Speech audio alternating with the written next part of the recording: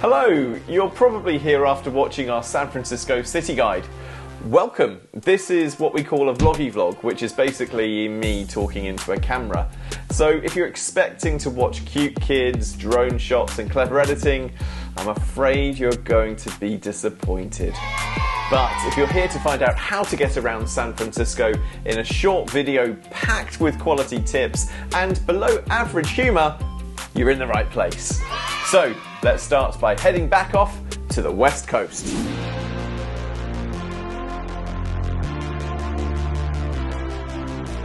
Now, normally when my English friends ask me some advice of how to get around the States, I have to convince them to hire a car. You see, they all think that because we walk around London and we can walk for 3 miles and get it all done, that we can do it out in the States. I actually learnt this very valuable lesson in Northern California when I was aiming to get to Berkeley, okay? So I got on BART and saw on the map where I could get off and walk for 3 miles to where we were meant to be. I ended up having to cross over railway tracks, a freeway, gravel, blocks that never seemed to end, and people starting to stare at me because I was walking. At least that's what I think they were staring at me about. From that trip, I ended up learning that some places in the States you just can't walk around. There isn't the infrastructure, and it's also just too hot in California to walk that long. 3 miles feels like 10 miles anywhere else on the planet. The great thing about San Francisco, though, is it's one of the only cities in the States that you don't need a car to get around. In fact, I'd recommend you don't. Big parts of it are walkable, and there's great public transport, of course. Plus, you've got Uber and Lyft. It means if you're staying in the city, you won't need to spend any money renting a car, which will save you some cash and make your trip a bit greener, which we love. So, as you're probably not renting a car, let's have a look at the options from the airport, shall we? You can fly into San Francisco International from around the world. But if you're flying domestically, you can also choose Oakland, San Jose and Sonoma Valley. Some of these you can fly into internationally too. I know British Airways has a flight into San Jose, and I'm pretty sure we flew into Oakland with a low-cost carrier once. If you're getting an Uber or Lyft, or maybe you are driving, let's say to Fisherman's Wharf, San Francisco International is 30 minutes away. Oakland Airport is around 35 to 40 minutes away. Sonoma is an hour, while San Jose would be an hour and 10 minutes. Mind you, if you're looking to go to Silicon Valley or watch the 49ers, San Jose is then your friend. If you're going to use public transport from an airport, do the BART man. Do the BART man. No, seriously, BART is the Bay Area Rapid Transport System, but it spans the whole of the San Francisco and Bay Area, and is a cross between an intercity train and the underground. There are trains every 15 minutes, so it feels like you're getting the tube, but I wouldn't use it to get around the city like you might do with the tube in London, because BART only has a few hubs in the city, so a bus or tram will usually be better for those shorter hops. It's a great way to visit Berkeley, Oakland and the suburbs though. It also stops at SFO and Oakland airports, of course, so you can rely on it when you're flying in. It's really safe and really popular, so you won't feel out of place when you actually get on it. To use the BART though, you need to get a Clipper card, which costs $3 if you buy it in a station. What a waste of money! Shall I show you how to get rid of this fee? Simply download the Clipper card to your digital wallet and you're good to go. You won't be charged a thing. You might find you can't get the app until you land in the States, but you can force it through by going to the Apple Wallet, hitting the plus button, and then selecting the Clipper card. As soon as you've added cash, you're good to go. If you go for the Clipper card, you can use it to pay for loads of your travel, including Caltrain, Golden Gate and San Francisco Bay Ferry services, and Muni, which is an important one. Remember that for later. The Clipper card has built-in discounts, so for example, if you cycle over the Golden Gate Bridge and go down to Sausalito with the plan to get the ferry back, you'll get 35 to 45% off the normal fare with your Golden Gate Ferries discount, which is huge. Just remember to tag in and out to make sure you pay the right fare.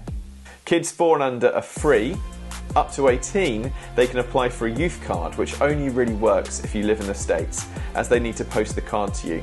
But it probably is worth doing this if you live in the USA or have family you're staying with. If you're travelling as a young family, you might find it cheaper and less stressful to get an Uber, a Lyft or a taxi from the airport instead. You will need car seats if you're travelling with little ones, but you're already doing that if you've watched our flying tips, driving tips and rental car videos. I'll link to them on the end screen for you if you haven't seen them. So you're telling me after watching all of that, if you're travelling with kids, the Clipper card isn't even worth it? And those discounts were really good too. Don't worry! Let's move on to our next way to get around.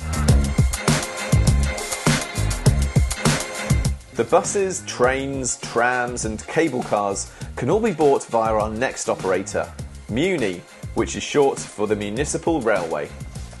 Get this, at the moment all under 18s can travel free on Muni, except the wooden cable cars, until the 15th of August 2022. Perfect for young families. I'm going to pretend this isn't the case for the rest of this video because I don't want to have to reshoot this video on the 16th of August. Muni have some great fares available for the whole family. To get them, download the Muni mobile app. For adults, unlimited rides on buses and trams is just $5. This doesn't include the historic cable cars. If you want unlimited travel on everything, including the cable cars, go for the one-day visitor passport. It's $13 at the moment for adults and kids. Now this will be $24 if you bought it outside the app. They do have options for a 3- and 7-day passports, but realistically, you're only going to ride the cable cars on one day, so why not save your money and go back to the $5 deal for the rest of your time in the city. Children 4 and under are always free. Under 18s are the same price as adults for the passport options. The good thing about the Muni app is not only can you download it from most countries before you travel, but you can also add all of the tickets onto one person's phone rather than everyone needing a phone or a card with Clipper's service. You can also use the app to plan your journeys. Now, here's a slam dunk of a tip. You can ride across Muni for free, not cable cars of course, we've learnt that now, haven't we? If you've got tickets to an event at Chase Centre. That means if you're planning on seeing the Golden State Warriors or a concert, you can travel for free on the day of the event. Muni doesn't cover ferries, so you won't get a discount if you sail back from Sausalito after cycling across the Golden Gate Bridge. But I think you'll get good enough value back from the Muni app, which might even out the discount anyway. Right, up next are the historic cable cars we've been talking so much about. They're an iconic part of San Francisco and you have to ride one when you're there.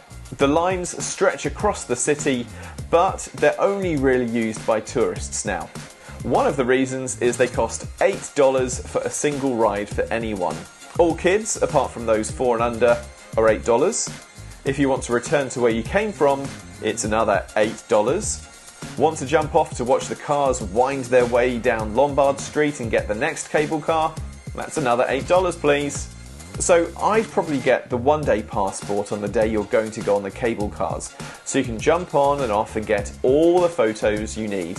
And you'll also be able to get around the rest of the city on Muni's other buses and trams. As I've already said, go back to the day pass after that. An open-top bus tour is another great way to see all of the sites in one go. You can do a whole loop in 2 hours, or you can jump on and off as many times as you like. So you can climb Coit Tower or walk around Haight-Ashbury. It's much more expensive than using Muni, but it's a very efficient way to see the city as a tourist. There are loads of ways to book an open-top tour, I'll link to a few below. Next up, ferries. Now these are an amazing way to get a unique view of the city, especially the Golden Gate Bridge. You can book a tour, a dinner cruise or a catamaran. It's literally whatever you want to pay. Again, I'll post some ideas in the description. Want to see the city from the bay for free? Well, sort of. A return ferry is included in the price of the Alcatraz tour. It's a short journey, about 15 minutes, but you'll get some great views of San Francisco and the Golden Gate Bridge. Right down at the bottom of my list is driving. Don't bother renting a car to try and get around the city. You'll spend way more time actually trying to find parking and having the stress of getting around the place than you will actually enjoying where you're meant to be. The only thing I'd want to do with a car is Lombard Street. We were staying with family in Oakland, so drove in. We parked at Fisherman's Wharf and didn't touch the car again until we were heading home. One tip though is to book a parking space with Spot Hero.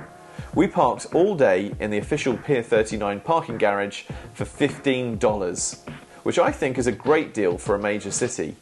If we turned up and parked there without the website, it would have been $10 an hour. If you are driving, remember that you'll also have to pay toll fees for the Golden Gate Bridge and many other bridges. It's all cashless now, so you'll need to create an account at bayareafasttrack.org and pick your preferred payment option. A one-time payment is probably best for tourists. You'll only have 48 hours to pay after you cross a bridge, so do it as soon as you can so you don't forget. Do you want more travel tips like this? Pick a video so we can all live the life of Reilly together. Have you picked a video yet? Please pick a video. This one. Or this one.